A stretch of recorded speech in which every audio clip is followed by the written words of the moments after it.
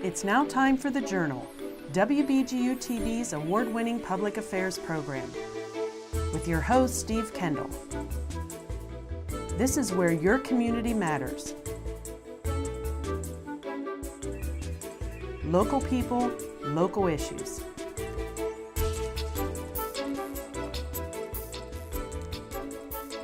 Hello and welcome to The Journal. I'm Steve Kendall. Just ahead on this edition of Taking Flight with Falcon Athletics, we'll be talking with Eigner from Falcon Hockey, Lou Snelling and Juan Carrillo from BGSU Track and Field and Cross Country. But we're going to open our program with the men's soccer coach, the head coach here at Bowling Green State University, Nichols. Eric, welcome to the program. Yeah, thanks for having me. And you're not a new face here on campus. You've been here for, I think, 10 years. Is that correct? Yeah, 10 years, 10 great years. And I got to tell you, I'm so proud to be a part of this department right now with all the unprecedented success. I can't remember a time in my tenure, at least, that all these sports have had the level of success they've had on the field. Women's soccer, volleyball, cross country. Now we got hockey killing it. So it's a fun time to be a part of the program. Yeah, well, and your program is a part of that success as well, because you had a very successful season this past season. Talk a little bit about how the team did this year. Yeah, well, we started a little rough. We always go out and schedule the toughest teams we can, the best schedule we can get. It started a little rough, but really proud of the guys to stay engaged, stay on task, and we finished strong. Ended up finishing second in the MAC conference, which is quite a feat for us. In men's soccer, the MAC is a little different than other conferences. We just have four. The traditional members, and then we have a couple affiliate members, and so the conference overall is really strong. Third-rated conference in the nation. You know, perennial power, Akron. In the national championship game this year, Final Four last year. You got West Virginia, who's a big athletic department, obviously. Sure. So, yeah. So it's tough. Yeah, well, and it's interesting because most people would assume you look at conference games, we think of the traditional teams normally, you know, the Easterns, the Westerns, the Toledos, but soccer, not every one of the MAC apparently has a soccer program. Is that correct? Or practices at the regular conference level? Yeah. For men's soccer, there's just the four. Right. And then we have two affiliates, which would be West Virginia, SIUE, which happens to be a national power as well. They've won a couple national championships. You know, they don't have football, so they put a lot into the soccer. So it's a good conference. It's fun to be a part of it. Fun to compete in that level, and we're close. You know, and we feel like if we finish second this year, we finished second 2 years ago as well. So we feel if we can be at the top of our conference, we can be at top of anyone in the country, actually. Yeah. Well, and you mentioned the fact that Akron's been extremely successful, competing with them in the conference and seeing them every season. Being competitive with them means you're doing pretty well at that point. Yeah, we tied them this year, and then they went on a run in the NCAA tournament, like we said. Last year we lost to them in overtime. 2 years ago we tied them. So. Again, we're close. I think we're tired of saying we're close. But we got some great kids in the program, great players, really talented, really driven, and just awesome young men. Doing great in the classroom, doing great in the community, which is a really important thing for us. I think up to now we've got just under 90 hours of community service just from this semester, and that's the semester that we're in season. So that's a big part of what we do, and it's a fun group to be around, and it's a fun group to go into battle with. Yeah. Now, about how many players are on the team? This year we had 23. 23, okay. Yeah, we'll be between 23 and 26. Yeah. And as far as recruiting, obviously, like every sport now, recruiting isn't just Ohio, regional, the United States. It's a national, a global sort of recruiting process, right? Yeah, and soccer is kind of a big deal around the world. But so I mean, although it's gotten very, very important now to U.S. sports fans as well, but still trails Europe and around the world a little bit. It does. So, we try to do the bulk of our recruiting in about a 5-hour radius from here. We'll get kind of the foundation, and then we'll go outside that profile to find some special guys, and outside of that profile means somewhere in the U.S., but also anywhere around the globe. So currently we've got a couple French guys on the team and a couple Ghanaians, which is really fun just to watch their experience, and the guy from Dublin, Ohio, and the guy from Accra, Ghana interacting is been really neat. Yeah, well, I guess too, they each, because everybody brings a different experience, a different background to the team, whether it's the soccer field or their life experience. So the whole blending of that and the exposure of everybody to different cultures, different, whether it's on the field or not, is a benefit to everybody too. Yeah, it's unbelievable. Like, so these guys from Ghana, I went over there and recruited them. And saw them play, and it's a different world there, obviously. Sure. Some awesome people, some awesome soccer, but just it's a different world.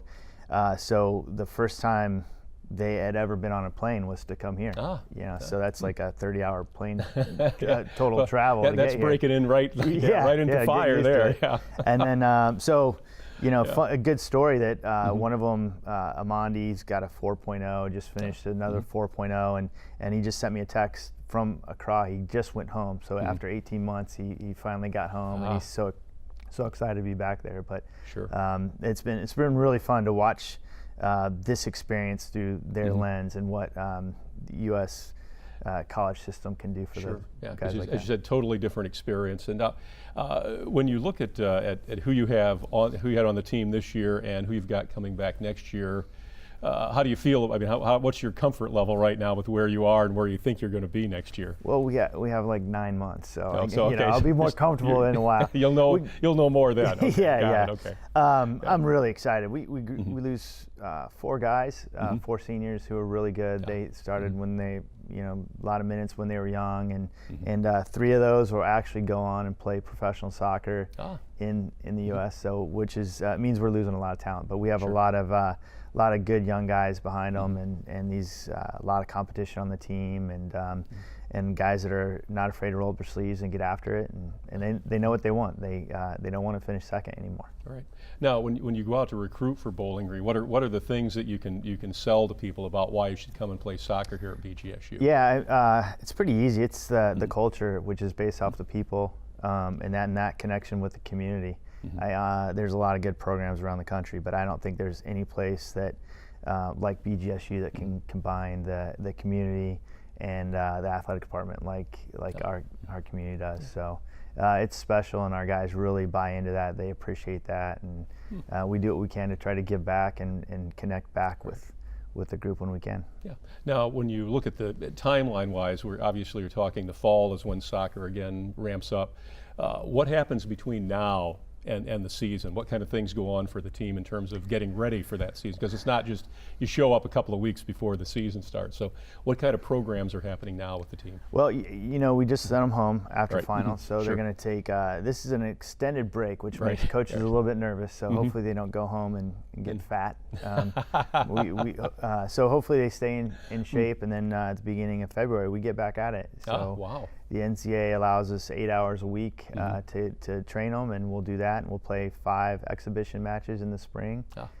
So the spring is actually a big time for learning and growth. We're not so caught up in having to win a game on Wednesday, so we're able to drill down a little bit deeper and fix some habits and that sort of thing. Then they'll go home over the summer for a month and a half or so, and show back up in early August. Yeah, and then it gets more. Then it gets super intense. It does, It gets fun. Yeah. Now, when you talk about the games you play in the spring, who are typically the team, and what kind of opponents are you talking there? Yeah, well, we'll play like Dayton. We'll play Cleveland State. We'll play Fort Wayne. We've got a little bit of a tournament set up this year. First time we've ever done it, so it should be fun. The Columbus Crew is getting involved. So we got a couple groups, and then the winners will play down in Columbus. So. In the past, this spring has really just been pure exhibitions, and they're still exhibitions, but there's going to be trophies on the line this year. So it gives it a little more edge, a little more. And that's what we want to see. We want to see our young guys that maybe didn't play as much in the fall play in games that matter to a certain degree, and see how they respond to that, and see how we can grow from that. Yeah, and then get ready for when August shows up. Everybody will be ready to go then. Yeah. Well, Eric Nichols, thank you so much for being here, and congratulations on a great season. And look forward to talking with you as time goes on, as we approach the fall when BGSU men's soccer gets rolling again. All right, thanks for having me. Thank you. We'll be back in just a moment here on The Journal with Taking Flight with Falcon Athletics. Thanks for staying with us here on The Journal. It's our edition, this December edition of Taking Flight with Falcon Athletics. And in this segment, we're going to talk with assistant coach Ty Eigner from the hockey program. And you're coming off a very successful weekend. Let's talk a little bit about what just happened this past weekend with Falcon hockey. First of all, thanks for having me. I appreciate you guys taking the time to talk hockey with me. Yeah, it was a great series for us. Like I said earlier, Minnesota State's a program that our program has a bunch of respect for. They've been at the top of the pyramid in our conference for the last 4 or 5 years, and we've got a lot of respect for their coaching staff and the way they play. And both programs seem to bring out the best in each other, and I think this weekend was a case of that. I think both teams played well, and we were fortunate enough to win 2 games, and really happy with how we ended the first half. Yeah. Now, when you look back at those games against Minnesota State, what stands out? What were the things that were the difference between winning and not winning in those 2 games? Well, we felt going into the weekend that our guys would play well because, again, a program like Minnesota State, who's won our league and been to the NCAA tournament, was ranked as high as they were, we knew it mattered to our players.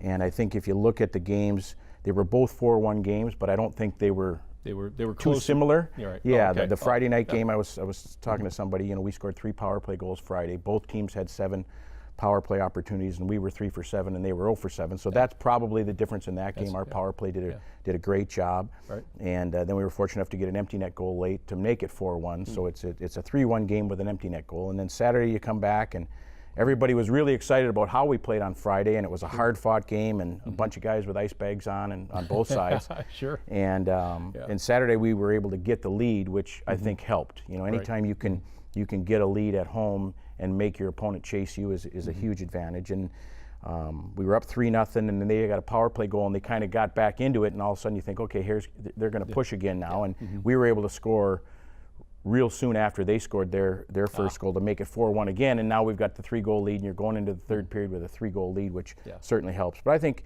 the short answer to the question is we played really hard. Up and down our lineup, we had a bunch of guys play really well, and starting with our goaltender Ryan Bednar did a great job, and then on the back end a bunch of D played really well all weekend, and then we were real opportunistic around their net, because I think if you look at the chances and the opportunities for each team offensively, they were pretty even. I think we just were a little bit more opportunistic and maybe more fortunate. Yeah. Now, are they a team that challenges you offensively or defense, or both probably, right? They're good on all aspects of the game. That's why they're ranked the way they are. But but I think if you look at their program, they've got the most wins in college hockey over the last 5 years. Wow. They've done just a fantastic job building that program into what it is. So they're good in every area. They've always had good goaltending. Their goaltenders' numbers coming into this weekend were outstanding.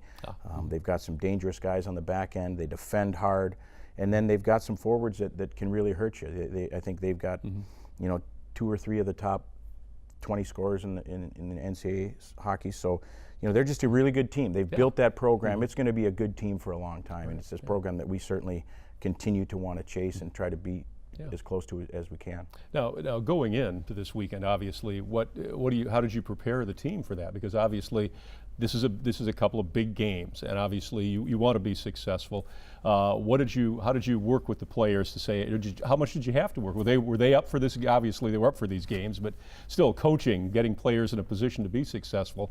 What was your approach to Minnesota State this week? Yeah, it was an interesting week because we were on the road at Ferris State the weekend before, so we got home early Sunday morning, and then gave the guys Monday off, and then we had Tuesday, Wednesday, Thursday to prepare. And at this point in the season, you're kind of running on fumes. And one of the things Coach Bergeron stressed, these last couple of weeks is push through the finish here. We've got, going into Ferris, we've got 2 weekends left, and then this week was unique because it was finals week, obviously. So the guys are obviously focusing on finals and making sure you do the best you can to push through the finish line academically, and then once you're done taking all your tests, let's try to play the best team in the league and number 3 team in the country on Friday night. And we actually had a bunch of guys have a final at 3:30 on Friday. So it is what it is. You can make it into a big deal, or you can just put your head down and do it and then come to the rink and get ready to go. So our emphasis was push through the finish line. We didn't think we had to motivate our guys. We didn't think we had to, try to stress to them the importance of this weekend. We just wanted them to make sure they took care of what they needed to take care of in terms of their academics, and then getting a bunch of rest, because 15 straight weeks or however many weeks we've been playing, it's a long. It's we need the break. It's a that's grind. for sure. Sure.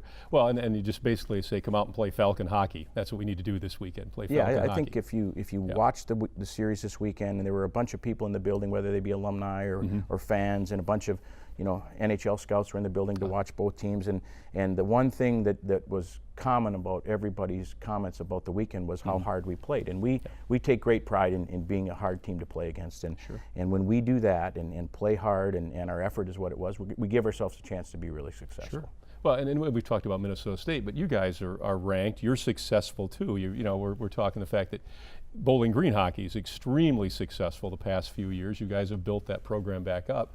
Other teams look at you the same way you probably look at some of a team like Minnesota State. Hey, Bowling Green's coming. We know we're going to get a tough game, a hard game. We've got to be at our best to compete with Bowling Green.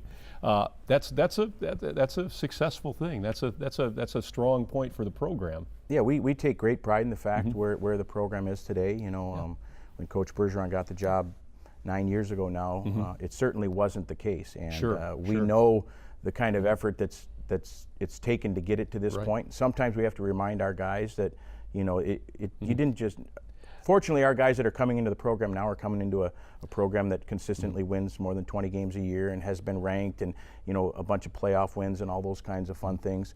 But we've got to remind them, it's not easy, and we don't want to, kind of, this isn't good enough. I know Coach had mentioned early in the year, we've won a bunch of games and everything is good in terms of it's a solid program, but we haven't won anything yet. We haven't won our league regular season championship. We haven't won a playoff championship, so that's the next step for us, and obviously Mankato State's done that, and so but to your point, we are very proud of where we're at, and we know there's work to be done, and we're certainly not satisfied with where we're at.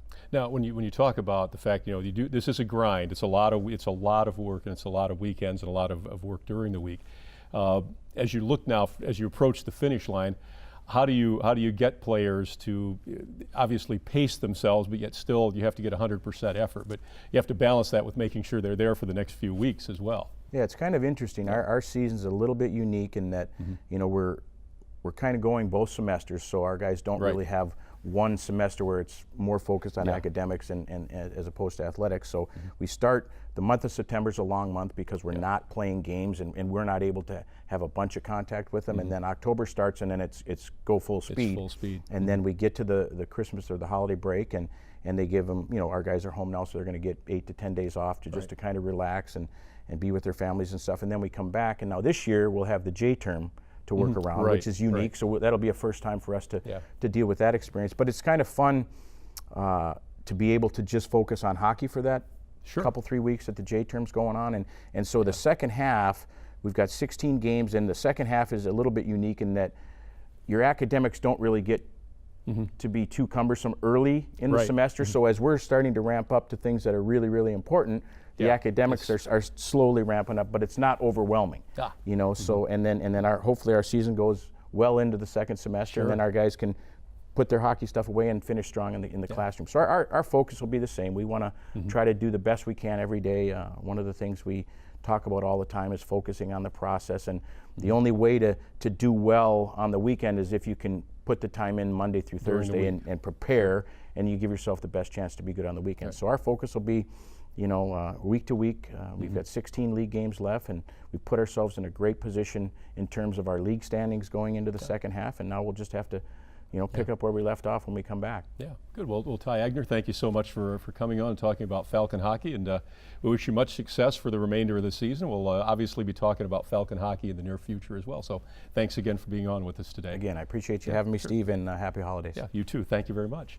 And we'll be back in just a moment with more on Taking Flight with Falcon Athletics here on The Journal on WBGU-TV.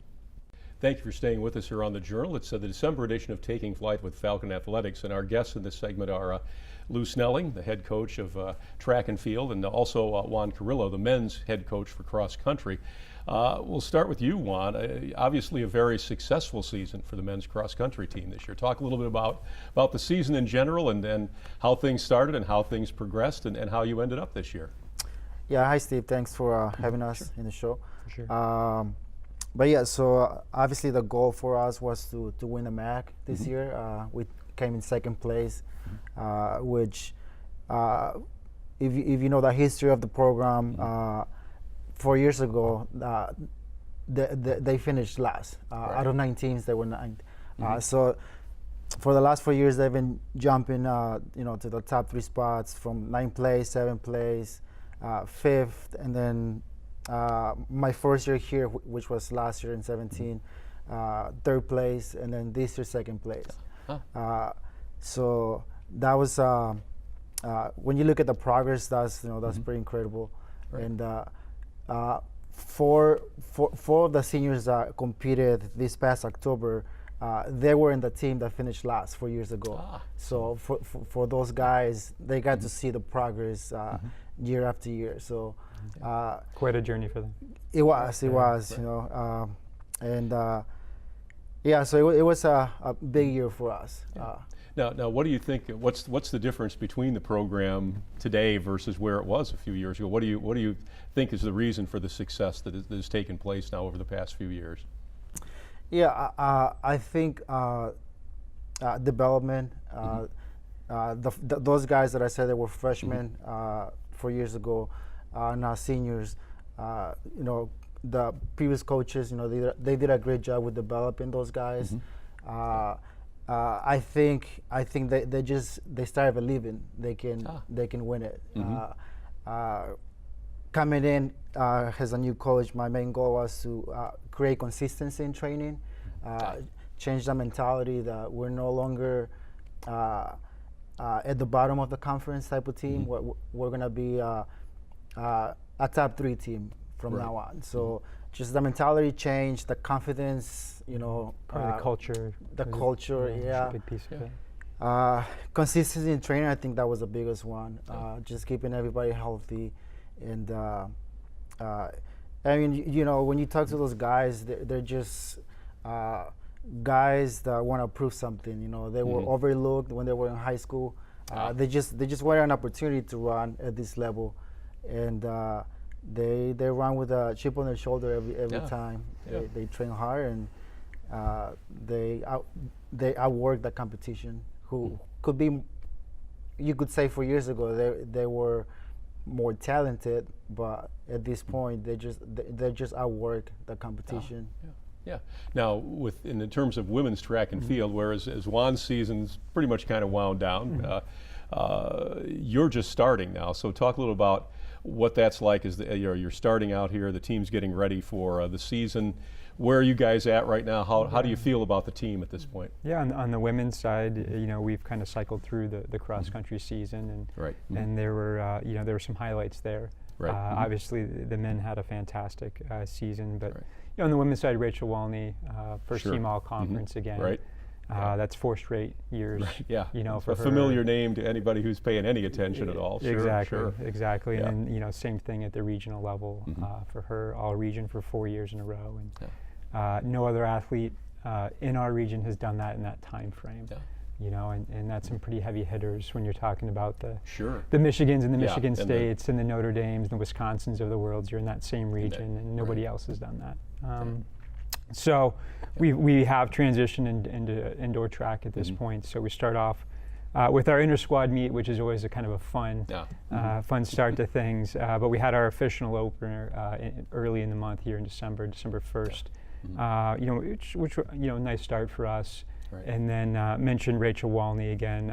Just set the school record the next weekend up at Grand Valley in the 5K, and so that was a nice kind of finish to this semester for us. Yeah. Now, obviously, you guys are both looking at it, especially in terms of track and field. As we talked with the hockey coach, he referenced the fact that we've got this sort of different January than we typically have. Are you guys doing anything differently, either one of you, in terms of how the team works over that time? Things you're allowed to do and what you can do, because it is an unusual situation. Nobody's here the second week of January like they typically are. Yeah, it is new for us. So things are going to be a little bit different in terms of kind of our planning and our scheduling, and you think it's going to be a really positive thing in terms of the amount of time we're able to focus on practice, but also put in things like community service. So we're able. We always have that aspect kind of throughout the year. We typically, have 1,000 hours or so a year of community service just for our program. But we'll be able to do a little bit more here in January, so that'll be nice to kind of, you know, give back, but also kind of stay busy. Yeah. Now, when you look at your season, of course, you said, you know, tapers off a little bit. How do you start to prepare? What's the framework like now for men's soccer between now and when the season starts again in the fall? What kind of things are you doing in terms of keeping everybody together? Obviously, you're out recruiting, that sort of thing. And so what's the timeline look like now for you for the next few months? Yeah, for the guys is we don't get to see them until January 28 when they come back to school. Okay. Not having an official men's track program, my goal for the team is to make them faster at distances that are shorter than what we race at cross country season. Just keep, again, consistency in training throughout the whole spring semester, keeping everybody healthy, and just finishing the track season at a high note with running personal best times, where the energy transitions into summer training. So for the men's is pretty much just staying consistent and consistency in training. Yeah. Now, when you both look at going out to recruit, and I know that, you know, we've talked about with soccer and hockey and all the sports really, recruit locally a lot, regionally, some international, obviously. So how do you look at the team? Do you look for that kind of a balance as part of it, or do you simply say we're looking for the best athletes we can find in this particular sport? I mean, how do you work with that? I mean, you know, obviously Ohio is a big focus in terms of the in-state tuition and getting a little bit of a break there versus out of state. So that's always important to us. But there is that aspect of just trying to find the best athlete. You know, so if you look at the roster, it's mostly, you know, Midwest based. But there are a few exceptions here and there. So, you know, about as international as we get, it'll be Canada for the most part. But yeah, just trying to find the best talent we possibly can. The same thing for men's as well with you guys, right? Yeah, pretty much the same thing. Mostly Ohio. Our roster is made of Ohio kids and Michigan, and but you know, I look for those guys that you know, they want a chance. They want an opportunity to compete at the Division I level. You know, kids that are willing to work hard to earn a scholarship coming in. So I look for those qualities. Just a kid that is competitive and willing to work hard. Yeah, great. Well, Juan Carrillo and Lou Snelling, thank you so much for coming on. Much success for women's track this spring, and I look forward to talking with you more about cross country as things ramp up for that again as well. So thank you so much. Thank you. You can check us out at WBGU.org, and of course you can watch us every week here on WBGU-TV Public TV. We'll see you again next time.